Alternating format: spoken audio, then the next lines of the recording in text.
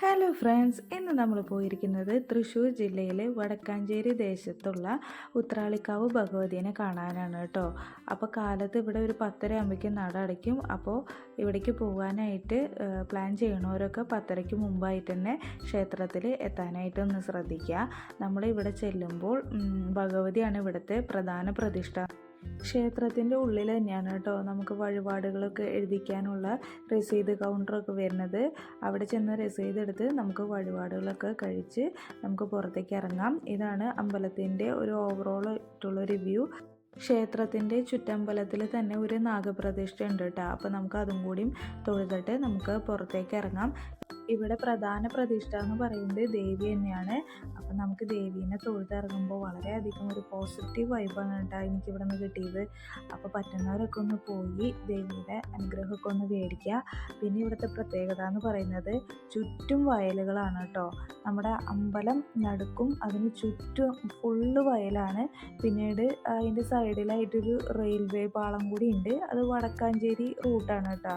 അതിൻ്റെ ഏറ്റവും അടുത്ത് നമുക്ക് ഈ അമ്പലത്തിൻ്റെ ഏറ്റവും അടുത്ത് വരുന്ന റെയിൽവേ സ്റ്റേഷൻ എന്ന് പറയുന്നത് വടക്കാഞ്ചേരിയാണ്. അപ്പോൾ അവിടെ ഇറങ്ങിയിട്ട് നമുക്ക് ക്ഷേത്രത്തിലേക്ക് പിന്നെ കുറച്ചും കൂടി ദൂരമുണ്ട്. ബസ്സോ ഓട്ടോയോ ഒക്കെ പിടിച്ചിട്ട് വരേണ്ടി വരും. പിന്നീട് ഇവിടുത്തെ ഏറ്റവും നല്ല അടിപൊളിയായിട്ടുള്ള ക്ലൈമറ്റാണ്.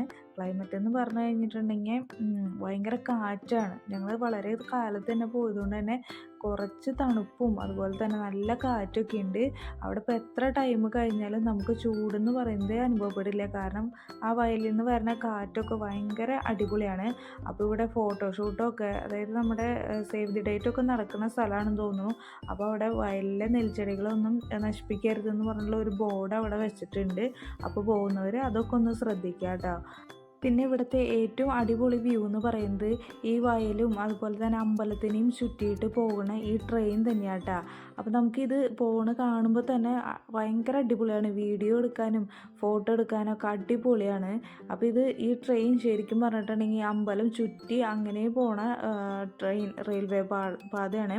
അപ്പോൾ ഇത് ഫുൾ ഓപ്പൺ ആയിട്ടാണ് കിടക്കുന്നത്. അപ്പോൾ പോണവരൊക്കെ ഒന്ന് ശ്രദ്ധിക്കുക.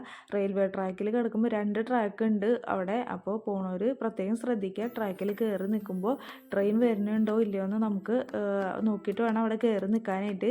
കാരണം അവിടെ ഒരു ഗാർഡോ അല്ലെങ്കിൽ ഒരു മതിൽക്കെട്ടോ ഒന്നും തന്നെയില്ല. ഫുള്ള് ഓപ്പൺ ആയിട്ടാണ് കിടക്കുന്നത്. അപ്പോൾ കുട്ടികളെയൊക്കെ കൊണ്ടുപോകുമ്പോൾ നിങ്ങളൊന്ന് ശ്രദ്ധിക്കുക. പിന്നെ ഞങ്ങൾ അവിടെ നടന്ന് കുറേ ഫോട്ടോയും വീഡിയോയും ഒക്കെ എടുത്തു. അതിൻ്റെ അങ്ങേ അറ്റത്തായിട്ട് ഒരു ആൽമരം ഉണ്ട് കേട്ടോ. അവിടെ ചെന്നിരിക്കുമ്പോൾ ഈ വയലും അതുപോലെ തന്നെ ക്ഷേത്രവും റെയിൽവേ ട്രാക്കിലൂടെ ട്രെയിൻ വരുന്നതൊക്കെ കാണാനായിട്ട് ഭയങ്കര അടിപൊളിയാണ്. അപ്പോൾ ഞങ്ങളൊരു ട്രെയിൻ വരുന്നതും കാത്ത് വെയിറ്റ് ചെയ്തിരിക്കുകയായിരുന്നു.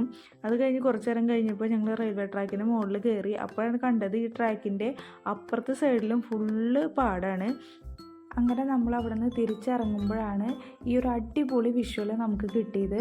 വയലിനെയും അമ്പലത്തിനെയും ചുറ്റിക്കൊണ്ട് പോകുന്ന ഒരു ട്രെയിനിൻ്റെ വ്യൂ. അപ്പോൾ എല്ലാവരും ഈ ഉത്രാളിക്കാവ് അമ്പലത്തിൽ ദേവിയുടെ അടുത്തേക്ക് ഒന്ന് പോയി ഈ വ്യൂ ഒക്കെ ഒന്ന് കണ്ട് അടിപൊളിയായിട്ട് വരാം കേട്ടോ.